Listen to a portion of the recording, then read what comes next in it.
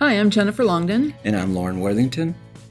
And welcome to another recap of LivAbility, Edition 11. We did it, Loren. Yep, Edition 11 is in, and it's out on the street. I think it, once again, was something we're all very proud of. It was a great collaboration between a lot of great writers, photographers, and certainly our graphic artists who make it also very readable with their design. We had a lot of firsts this time.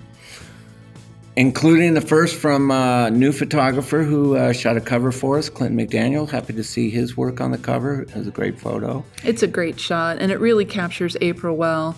And April gave us her first interview as our new VP of Advocacy. One of the stories that I was excited to see that we finally did was a community connection about Joe Crawford. You wrote that, Jen. What'd you think? You know, I really enjoyed working with Joe. I think everyone in the Valley who has a neurological injury has had an opportunity to work with Joe.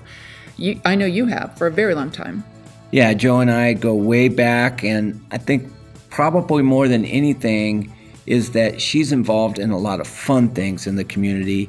It's just nice to explain what she does for the community. We covered Ernie Lizarraga, a Phoenix fire chief who was in a pretty awful motorcycle accident that resulted in a traumatic brain injury. Another good story by Yvette. As always, she pulls out some really interesting information from both Ernie and also his family.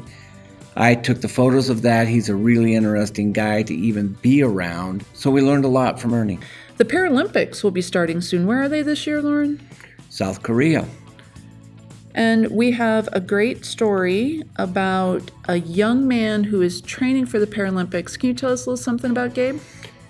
Yeah, we decided that this would be a good time to write a series of stories about some of our younger athletes that have ambitions to be in the Paralympics in 2020, 2024. The first story we did was about Gabe Scanlon from Gilbert, and he's definitely going places. He's definitely going places. He's involved in track and field. He's doing basketball.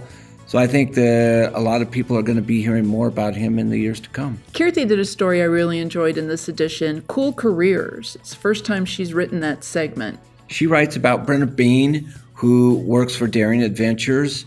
Daring Adventures is a good story in and of itself. We've written about that before, but when you see all of the places that she goes, it really makes you want to get out there and do it yourself. First time ever, we covered accessible Airbnbs, and that was a story that you wrote and photographed for us. Loren, tell us more. Well, I think a lot of people outside of Arizona are looking for a location that they might come and stay. And so we decided to look into Airbnb, see what's out there that is accessible.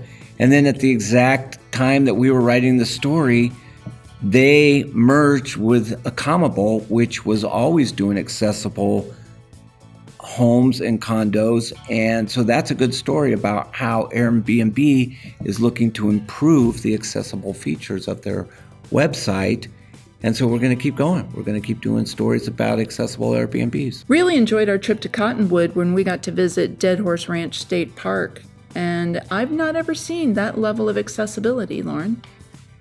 Dead Horse is really interesting because, first of all, it's right in the middle of Arizona. It's right on I-17, so you probably have gone past it a number of times anytime you're going north and south. Mm-hmm. And we got introduced to Joan Gray. Tell us a little bit about Joan. Joan Gray, what an amazing woman. Yet another woman who's not afraid to advocate for herself.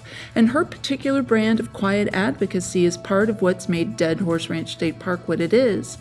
She lives with post-polio syndrome, and as her mobility has become more of a challenge for her, she has advocated for the park to add more and more accessibility, and we all get to benefit from it. As always, Jen, we feature one of the employees at Ability 360. Mm-hmm. When Leonard Smith's name came up, we all agreed that he's really done a lot for the community, and it was time to feature him. What did we learn? Leonard is more than a nice guy. He's a very powerful advocate on his own. And he does it, again, in a very quiet, gentle way. but he certainly makes a difference in the lives of people with new injuries. I think the one thing that a lot of people don't know about Leonard is that before his disability, he served in the Navy, and he's got a lot of experience that he brings to the job at Ability 360. So, Jen, just a couple of stories that we won't dig into, but of course I want to mention Gary Karp, I thought, wrote something that a lot of people who have disabilities will relate to. So, Tech Review, this edition we covered the angle oar.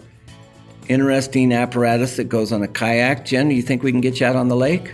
I'm about ready to try, and I'll definitely try it with something like that. It looks like it's going to make it a lot easier for people who have core balance issues and hand function issues will have an easier time kayaking. I think we should go. I've got a great idea, Loren. Let's you and I and the rest of the marketing gang get a couple of kayaks and that Versa oar and head up to Dead Horse Ranch and do some kayaking and fishing. There you go. I think it's about time for us to wrap up. We've got a road trip to plan. Okay, that's a wrap.